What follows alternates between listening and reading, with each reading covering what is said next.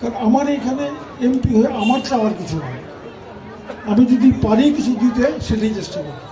তো আপনারা আমার সঙ্গে থাকলে আমি সবসময় বলতেছি একটা সুন্দর গরিব গড়ব, যেখানে যেখানে চাঁদাবাজি থাকবে না, সন্ত্রাসী থাকবে না, আপনার মাদক থাকবে না, দুর্নীতি থাকবে না।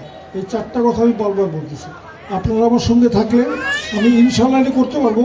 যদি দুর্নীতি এবং চাঁদাবাজ বের করতে পারি তাহলে আপনার ব্যবসাও সুবিধা হবে। এই ব্যবসার প্রথম কষ্ট হলো চাঁদাবাজি। ছোটো ছোটো ব্যবসা যার সারাদিনের ইনকাম হলো 500 টাকা, তার 200 টাকা তোমরা নিয়ে যায় জোর করে। এইগুলি বন্ধ করলে আমার মনে হয় আপনাদের ব্যবসার অনেক সুবিধা হবে, উন্নতি হবে। এটা প্রথম কাজ।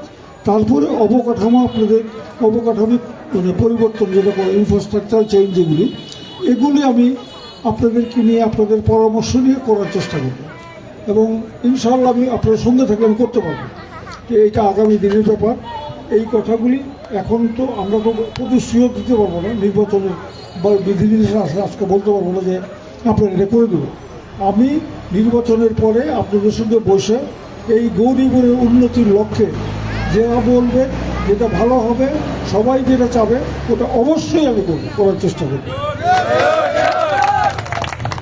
আপনারা এই যে কোল্ড স্টোরেজের ব্যাপারে আমি ব্যবসায়ীদের সঙ্গে, আমির সাহেব তো আছে, তারপরে অন্যান্য ব্যবসায়ী আলু বা সবজি কোল্ড স্টোরেজ যাদের লাগে তাদের সঙ্গে আলাপ করে কীরকম কোল্ড স্টোরেজ হতে পারে, কোথায় হতে পারে, এগুলি নিয়ে আমি উপরে বাণিজ্য মন্ত্রণালয় হোক আর যে মন্ত্রণালয় আন্ডারে হবে সেখানে কথা বলবো। পাশাপাশি ব্যক্তিগতভাবে প্রাইভেট সেক্টরে এখানে কোনো কিছু করা যায় কিনা সেটা দেখবো।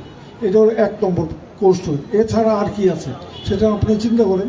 আমরা সামগ্রিকভাবে গরিবের উন্নতির জন্য আর কি করতে পারি, এটা সবাই মিলে চিন্তা করে আমি যখন এর পরবর্তী সময় আপনাদের সঙ্গে বসবো তখন আমাকে আইডিয়াগুলি দেন, চিন্তাভাবনা আপনাদের চিন্তাগুলি দিয়েন, আমি ওগুলিকে বাস্তবায়ন করার জন্য যতটুকু চেষ্টা করার সেই চেষ্টা করব। এই ওয়াদা আপনাদের কাছে দিচ্ছি।